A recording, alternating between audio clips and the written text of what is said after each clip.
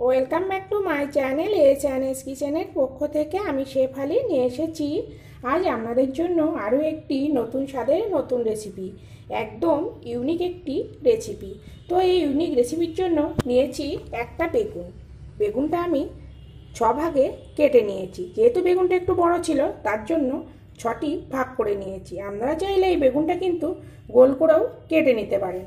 নিয়েছি নারকেলটা দেখুন আমি পুড়বো না, এটা আমি কেটে তলার যে কালো অংশটা থাকে এটা কেটে নিয়েছি কয়েক কোয়া রসুন, 2টো শুকনো লঙ্কা, কয়েক টুকরো আদা, পেঁয়াজের কিমা, টমেটো, আর নিয়েছি কাজু আর চালমগজ আমি ভিজিয়ে রেখেছি। এটা আমি শিলে বেটে নেব, সব মশলা আমি শিলেই বেটে নেব। তো সবার প্রথমে আমি বেগুনে পরিমাণ মতো লবণ আর হলুদ মাখিয়ে 10 মিনিট মতো রেখে দেব।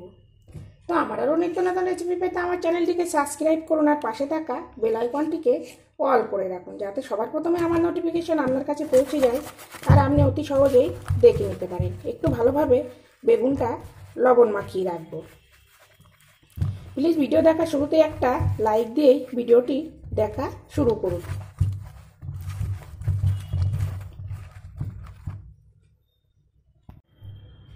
দেখুন বেগুনটা আমি খুব সুন্দর করে লবণ হলুদ মাখিয়ে নিয়েছি। আর অন্যদিকে দেখুন যে নারকেল আমি রেখেছি, নারকেলটা কোড়ার ঝামেলা ছাড়াই যে মিক্সচারের যে বাটি আছে বাটিতে দিয়ে দিলাম, আর দিয়ে দেব অল্প উষ্ণ গরম জল দিয়ে এটা পেস্ট করে আমি দুধটা বের করে নেব। আরও অন্য উপকরণও কিন্তু আছে। তো ভিডিওটি স্কিপ না করে প্রথম থেকে শেষ পর্যন্ত দেখবার জন্য অনুরোধ রইল। দেখুন আমি 10 মিনিট পরে রান্নায় ফিরে এসেছি। আর বেগুনটা ভাজবার জন্য দিয়েছি পরিমাণ মতো রিফাইন তেল। আমি এখানে রিফাইন তেল ব্যবহার করছি, আপনারা চাইলে সর্ষের তেল ব্যবহার করতে পারেন। তবে কি এই রান্নাটা সর্ষের তেল দিয়ে করলে বেশি ভালো হবে। যেহেতু আমি সব রান্নায় রিফাইন তেল ব্যবহার করি, তো আমি রিফাইন তেল দিয়েই রান্নাটা করছি। তো তেলটা গরম হতে দেব। দেখুন তেলটা গরম হয়ে এসছে। এবার আমি একে একে বেগুনগুলো দিয়ে দেব, দিয়ে মিডিয়াম ফ্লেম করে বেগুনগুলো ভেজে নেব।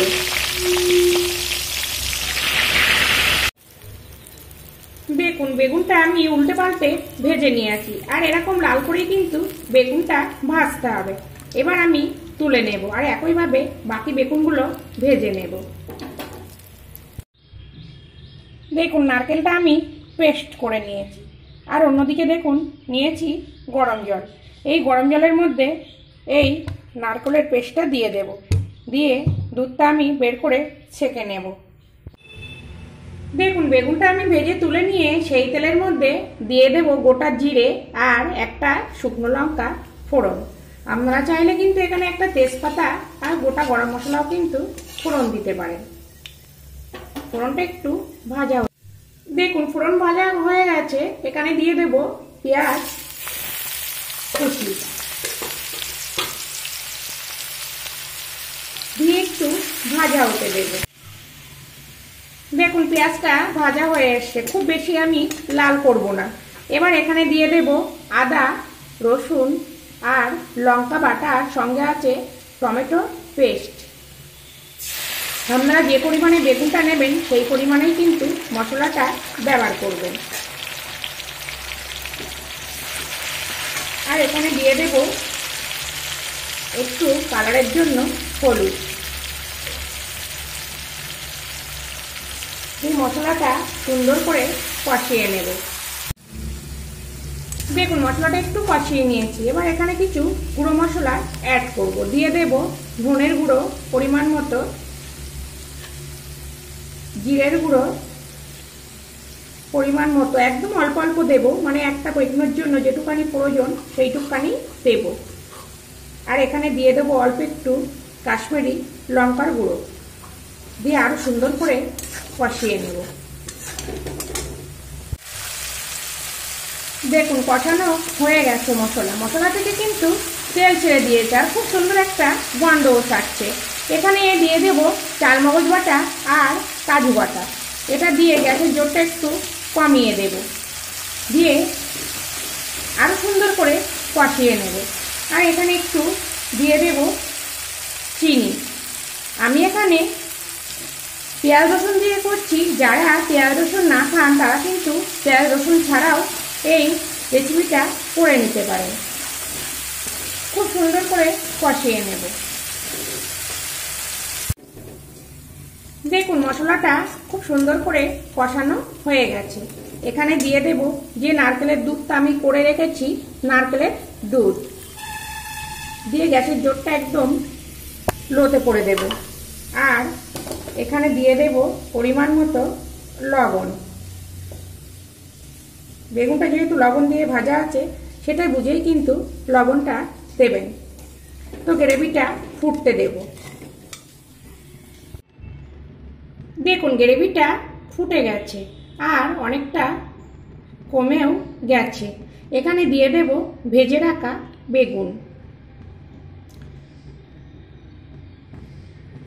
তো আমার নতুন বন্ধু, পুরনো বন্ধু যারা আমার পাশে থেকে সাপোর্ট করছেন তাদেরকে অসংখ্য অসংখ্য ধন্যবাদ। আর সাথে সাধারণ দর্শকদেরকেও অনেক অনেক ধন্যবাদ পাশে থেকে সাপোর্ট করার জন্য। আরও কিছুক্ষণ এই বেগুনটা ফুটতে দেব। দেখুন রান্নাটা হয়ে গেছে। এখানে উপর থেকে দিয়ে দেব অল্প একটু গরম মশলার গুঁড়ো। তো আমি এখানে নারকেলের দুধ দিয়ে এই বেগুনের রেসিপিটা করেছি। আপনারা চাইলে কিন্তু আমুল দুধ দিয়েও এই রেসিপিটা করতে পারেন। তবে কি ভাজা বেগুনটা দেওয়ার পরে কিন্তু খুব নাড়াচাড়া করবেন না, যেহেতু বেগুনটা নরম আরও কিন্তু নাড়াচাড়া করলে একদম গলে যাবে। তো আমি এবার গ্যাসটা বন্ধ করে দেব। তো আপনারা এভাবে বাড়িতে বেগুনের এই রেসিপি তৈরি করুন, আশা করছি খুবই ভালো লাগবে। আর যদি ভালো লাগে প্লিজ প্লিজ আমার চ্যানেলটিকে সাবস্ক্রাইব করে পাশে থাকুন। আর যদি খুব ভালো লাগে প্লিজ একটা শেয়ার করুন আর সঙ্গে একটা লাইক। আবার ফিরে আসবো নতুন কোনো রেসিপি নিয়ে। আর এই রেসিপি আমি গরম ভাতের সঙ্গে পরিবেশন করব।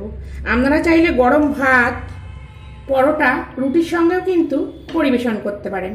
দেখুন কত সুন্দর দেখতে হয়েছে, খেতেও কিন্তু ততটাই সুন্দর।